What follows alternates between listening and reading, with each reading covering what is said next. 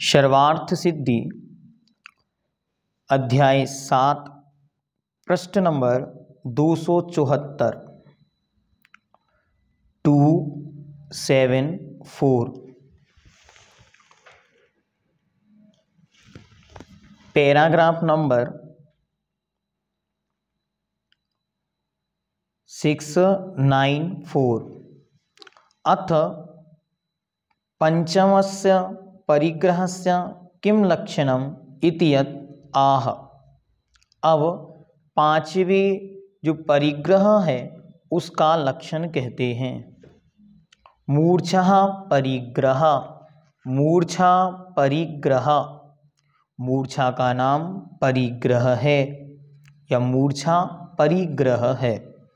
अब इसकी टीका करते हुए कहते हैं, गद्य नंबर 695 मूर्छे इति उच्यते, मूर्छा का स्वरूप कहते हैं।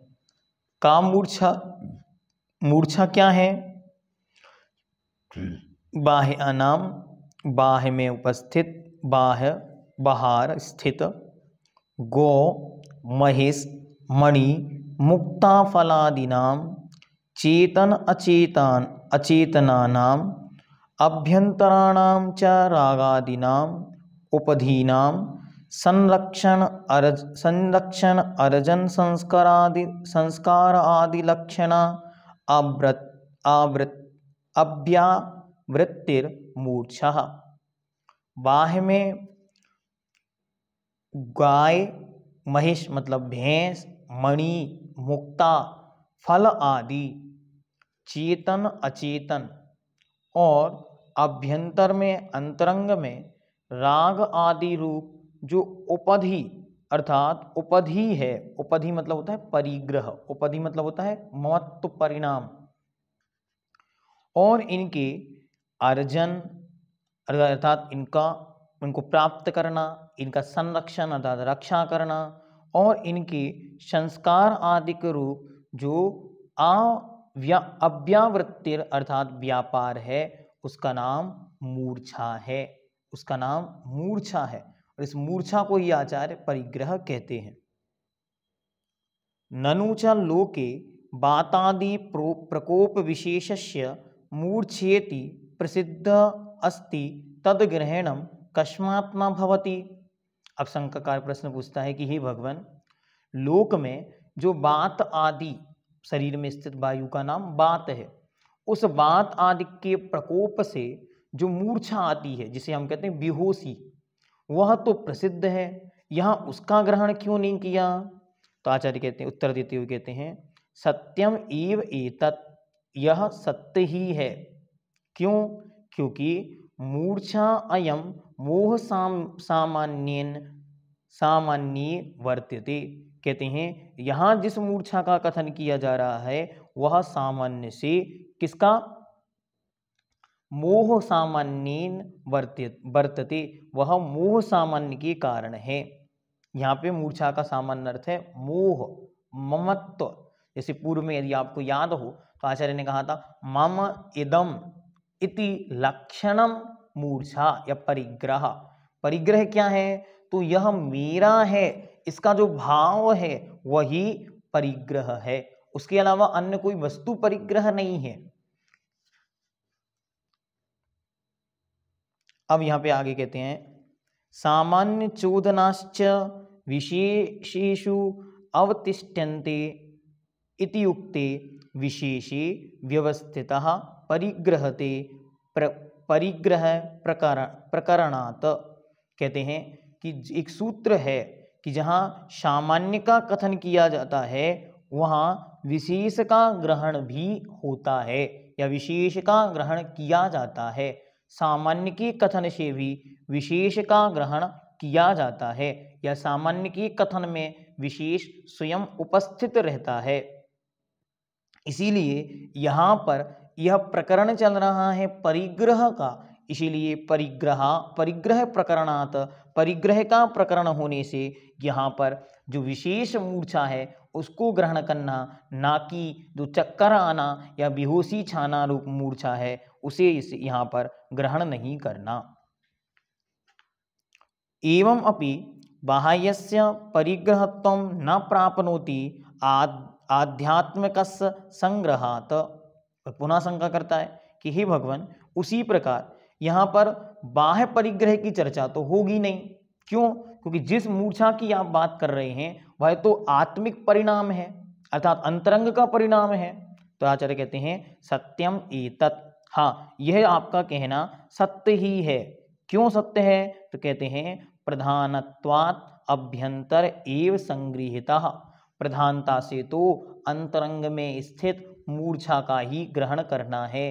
वास्तविकता में तो अंतरंग में स्थित मूर्छा ही परिग्रह है, इसलिए अंतरंग का ही ग्रहण करना है। असत्य अपि बाह्ये मम इदम इति संकल्पवान सपरिग्रह एव भवति। आचार्य कहते हैं यह तो स्पष्ट ही है। क्या स्पष्ट है? यह एकदम क्लियर है कि जब कोई जीव बाह्य बाहर में मम इदम इति, यह मेरा है, संकल्पवान, ऐसा संकल्प से युक्त है, वह सा परिग्रह एव भवति, वह परिग्रहवान ही होता है। वह परिग्रह रहित किसी भी स्थिति में हो नहीं सकता। ऐसा नहीं है कि बाहर में बहुत परिग्रह हो और अंतरंग में मूर्छा ही ना हो, और ऐसा भी नहीं होता कि अंतरंग में बहुत मूर्छा हो और बाहर परिग्रह ही ना हो। आगे और पुनः शंका पूछता है संज्ञान आदि अपि परिग्रह प्राप्नोति। जो संज्ञा आदि हैं वह भी परिग्रह है। जो बाह्य संज्ञा आदि है, क्या वह भी परिग्रह है? तथापि ही मम इदम इति संकल्प्यते रागादि परिणामवत्।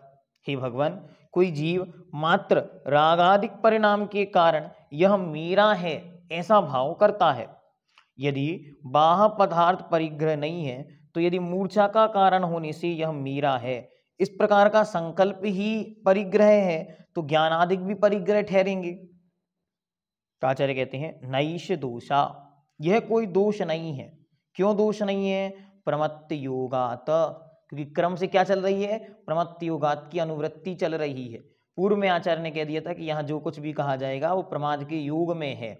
ठीक, प्रमत्त योगात अनुवर्त्यते, यहाँ पर प्रमत्त योग की अनुवृत्ति अर्थात क्रमशः वह चला आ रहा है।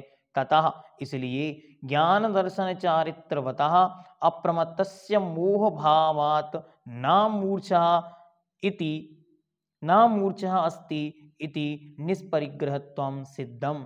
इसीलिए परिग्रह का अभाव, प्रमत्त भाव का अभाव होने से जो ज्ञान दर्शन चारित्र होकर, चारित्र वाला होकर प्रमाद से रहते, अप्रमत्तस्य मोह अभावात, मोह का अभाव होने से मूर्छा अस्ति, मूर्छा नास्ति। जो मोह भावात में ना है उससे नास्ति शब्द लगा के मूर्छा नास्ति निष्परिग्रहत्वं सिद्धम, इसलिए उनके निष्परिग्रहपना सिद्ध होता है। किंच, और तेषां ज्ञानादिनाम अहेयत्वात् आत्म स्वभावात् अपरिग्रहत्वम। और दूसरी बात ध्यान से, वे ज्ञान आदि छोड़ने योग्य नहीं है, अहेयत्वात् छोड़ने योग्य नहीं है, अपितु वे तो आत्म स्वभावात्, वे तो आत्मा के स्वभाव ही हैं, इसीलिए अपरिग्रहत्वम, इसलिए वह परिग्रहपना नहीं है। आगे कहते हैं रागादयः पुनः कर्मोदय तंत्र इति अनात्म स्वभावात् हेयः। कहते हैं और जो रागादिक हैं वे पुनः कर्मोदय के तंत्र हैं, इसीलिए वे अनात्मभूत हैं, अर्थात आत्मा के स्वभाव नहीं होने से छोड़ने योग्य हैं। ततः इसलिए तेषु संकल्प परिग्रह इति युज्यते, इसलिए उनमें किया गया संकल्प कि यह मेरा है, ये सब कुछ दोष है।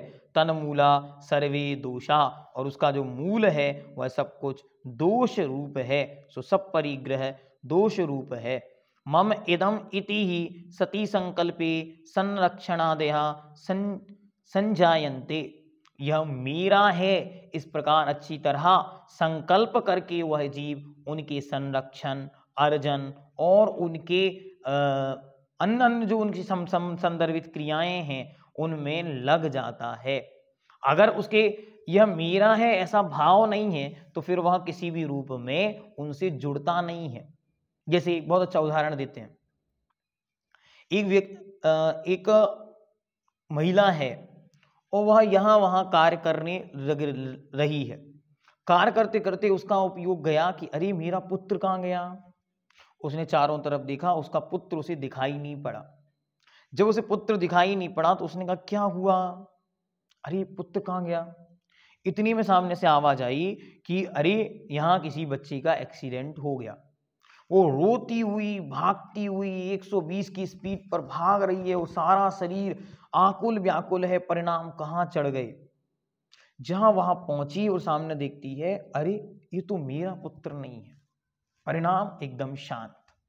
तो मम इदम, यह मेरा है, इतना ही भाव सब कुछ करा देने वाला है। और जहां ये भाव नहीं है वहां कुछ भी नहीं होने वाला।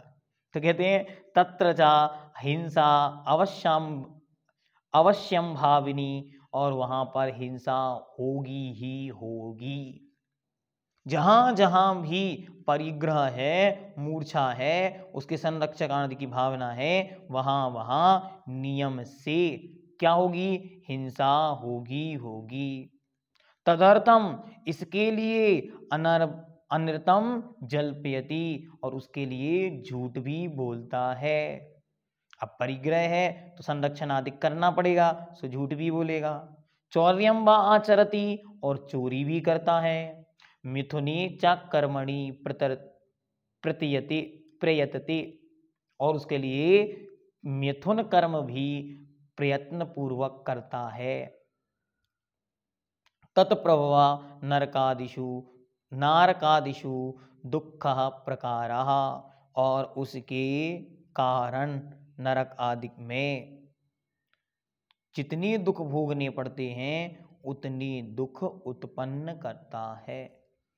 इसलिए आचार्य ने पूर्व में कह दिया दुखमेव वा, यह परिग्रह तो दुख ही है, अन्य कोई सामग्री नहीं है, बल्कि वास्तविकता में यह ही दुख है, ऐसा मानो।